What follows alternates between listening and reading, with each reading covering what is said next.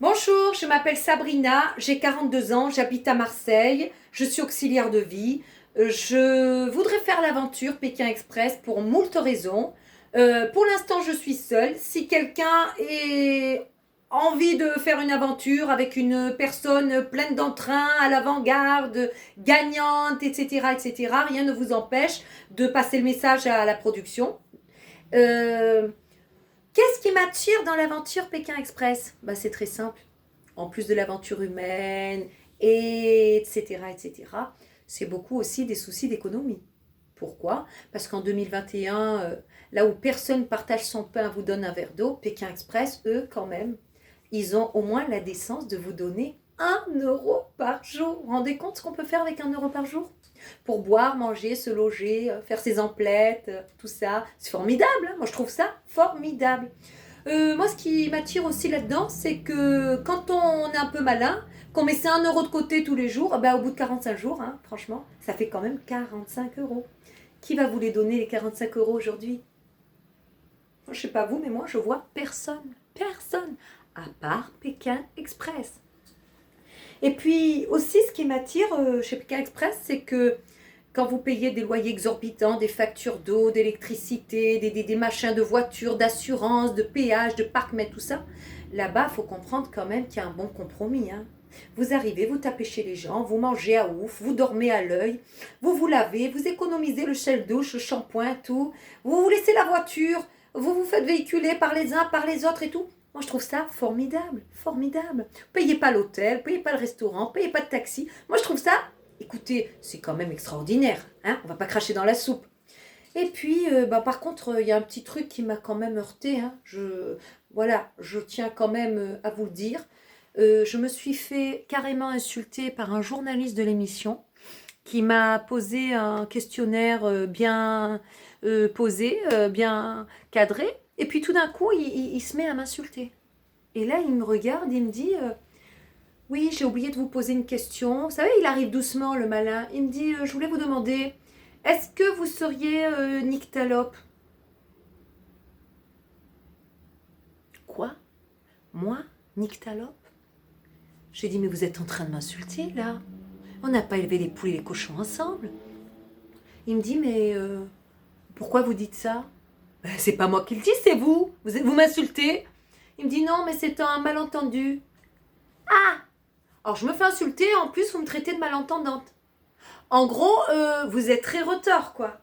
Vous êtes en train de me la faire à l'envers. Et là, je suis pas d'accord. Il me dit non, mais c'est un terme qui désigne. Je dis oui, mais dans votre terme qui désigne, il y a quand même le mot nick. Et quand on met un S à la place du T, ça fait quand même nick salope. Et là, maintenant, vous arrêtez. Là, vous arrêtez, hein. Parce que moi, je suis pas venue pour ça. Je suis pas venue pour me faire insulter, ok? Alors, il me dit, non, mais vous inquiétez pas, c'est un quiproquo, on va pas commencer à se disputer, c'est juste un terme qui veut désigner l'acuité de voir dans la nuit. Moi, voir dans la nuit? Pourquoi vous voyez, vous, dans la nuit? Dans la nuit, tous les chats sont gris. On dit ça, alors qu'il y en a des blancs, des noirs, des roux, on les voit tous gris. Justement parce qu'il fait nuit. Et oh, vous me prenez pour une imbécile, hein. Vous me prenez vraiment pour une idiote. Alors il me dit n'ayez crainte, ça va aller, c'est le stress. Si vous gagnez l'émission, on vous donnera 100 patates. Vous vous rendez compte ce qu'il me dit? 100 patates.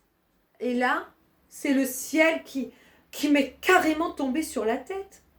Ça veut dire quoi? Ça veut dire que moi, je vais me décarcasser à Tataouine-les-Bains pour me risquer dans une aventure à toute épreuve et à rude épreuve, à la sueur de mon front, pour avoir au final, au bout de 45 jours, un lot de consolation de 100 maudites pommes de terre. Oh non, non, non, non, non, non, non, écoutez, là je crois que vous allez un petit peu loin, vous me sous-estimez, non seulement vous m'insultez, ensuite vous me prenez pour une imbécile, et là maintenant, en gros, vous êtes en train de m'escroquer. Mais c'est de l'escroquerie pure et dure. Si encore vous me donniez un peu de beurre, que je puisse en faire quelque chose. Parce que qu'est-ce que vous voulez que je fasse de 100 patates? J'ai pas un entrepôt, moi. Attendez, j'ai jamais dit que j'allais investir dans des parcelles de terrain pour proliférer des champs de patates. J'ai jamais dit non plus que j'allais investir dans le bio ou je ne sais quoi d'autre.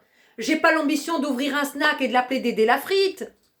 Qu'est-ce que vous voulez que je fasse de 100 maudites pommes de terre quand tous les restaurants sont fermés et que personne n'en veut? C'est d'ailleurs pour ça que vous voulez me les refourguer. Non, non, non, là je suis pas d'accord. Hein. Là, ça fait beaucoup de points qui sont discordants entre nous. Hein. Là, je suis pas bien d'accord. Et je suis un peu déçue. Alors, il me dit, non, mais c'est pas ça l'histoire. Je dis, écoutez, si vous me donnez le beurre qui va avec, ça va. Mais si vous voulez faire du beurre sur mon dos, là, je suis pas d'accord du tout. Paraît-il que je suis un peu négative, c'est pour ça que je m'habille en noir. Alors, écoutez, on va rester positif, on va quand même aller voir, on va rester zen, on va rester ouverte et réceptive à tout ce qu'on peut pour essayer de gagner cette belle aventure. En attendant, je vous dis à bientôt et je vous embrasse de tout mon cœur. Au revoir.